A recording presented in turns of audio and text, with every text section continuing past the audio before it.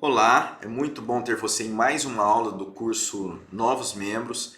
Nessa aula, nós apresentaremos o conteúdo do capítulo 10 do livro Os Primeiros Passos do Discípulo, o Credo Apostólico e a Salvação. Meu nome é Robson, eu faço parte da equipe ministerial da Igreja Presbiteriana São José do Rio Preto. Gostaria de dar as boas-vindas a você em nome dessa igreja, uma igreja que ora e trabalha como uma família de discípulos de Jesus. Então seja muito bem-vindo em mais uma aula. É muito bom ter você mais uma vez com a gente.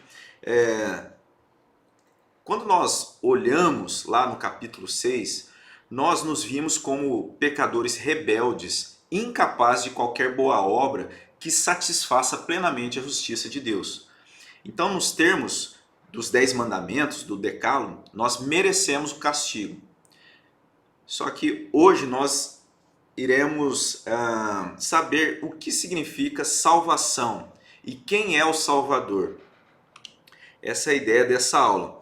E para isso nós começamos a entender que a Bíblia, o que a Bíblia quer dizer quando fala sobre salvação.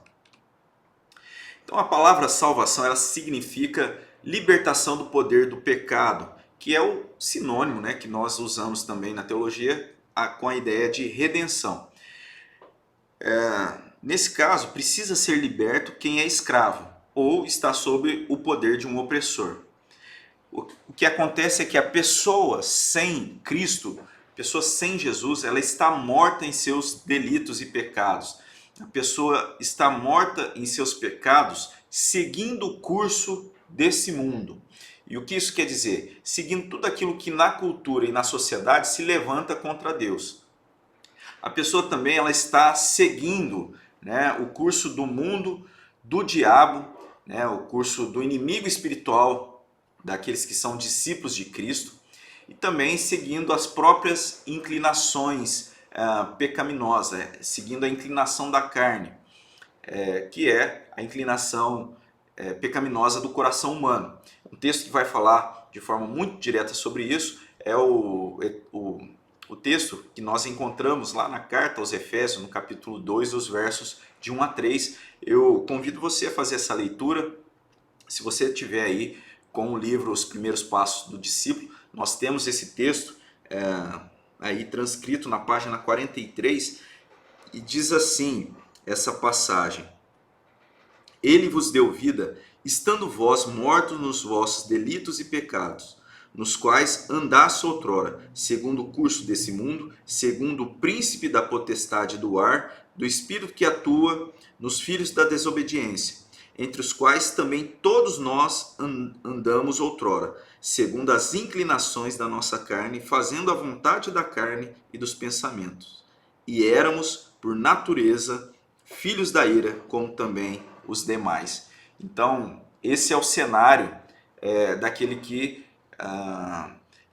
daquela pessoa que vive sem Cristo, né? Ela está nessa situação. Paulo aqui está mostrando essa condição daqueles que vivem sem Cristo e daqueles que outrora, né, viviam sem Cristo.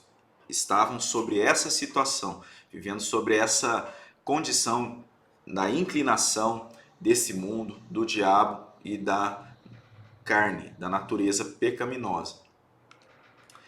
Mas aí Deus, o que a gente tem é que a palavra nos traz que Deus prometeu enviar um redentor que pagaria com seu próprio sangue o preço pelos pecados cometidos.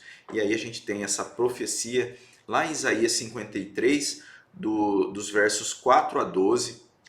É um texto também muito importante da palavra de Deus. Eu convido você a se atentar a essa leitura ou acompanhar, se você tiver aí com o livro ou com a sua Bíblia, Isaías 53, versículos de 4 a 12. Diz assim a palavra: Certamente ele tomou sobre si as nossas enfermidades e as nossas dores levou sobre si. E nós o reputávamos por aflito, ferido de Deus e oprimido, mas ele foi transpassado pelas nossas transgressões e moído pelas nossas iniquidades. O castigo que nos traz a paz estava sobre ele, e pelas suas pisaduras fomos sarados. Todos nós andávamos desgarrados como ovelhas, cada um se desviava pelo caminho, mas o Senhor fez cair sobre ele a iniquidade de nós todos. Ele foi oprimido e humilhado, mas não abriu a boca. Como cordeiro foi levado ao matadouro, e como ovelha muda perante os seus tosqueadores, ele não abriu a boca. Por juízo o opressor foi arrebatado, e da sua linhagem, quem dela cogitou? Porquanto foi cortado da terra dos viventes, por causa da transgressão do meu povo foi ele ferido. Designaram-lhe a sepultura com os perversos, mas com o rico esteve na sua morte, posto que nunca se fez injustiça, nem dolo algum se achou em sua boca. Todavia, ao Senhor agradou moê-lo, fazendo enfermar. Quando der ele a sua alma como oferta pelo pecado, verá a sua posteridade e prolongará os seus dias, e a vontade do Senhor prosperará nas suas mãos.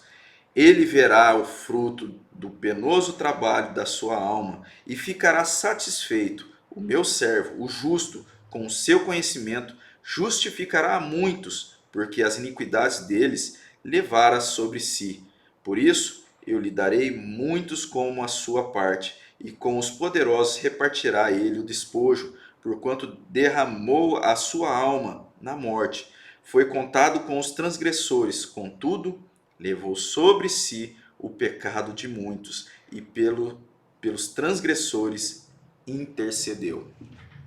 Esse texto é um texto muito precioso, muito rico, uma profecia lá de Isaías, apontando para essa obra maravilhosa de redenção em Cristo Jesus, que paga o preço com seu próprio sangue pelos pecados cometidos. Enfim, nessa primeira parte que nós temos dessa aula, nós vimos sendo apresentado o conceito bíblico de salvação. Entendemos que precisamos ser salvos de nossos pecados e das consequências deles, e que para resolver esse problema, Deus prometeu enviar o Redentor.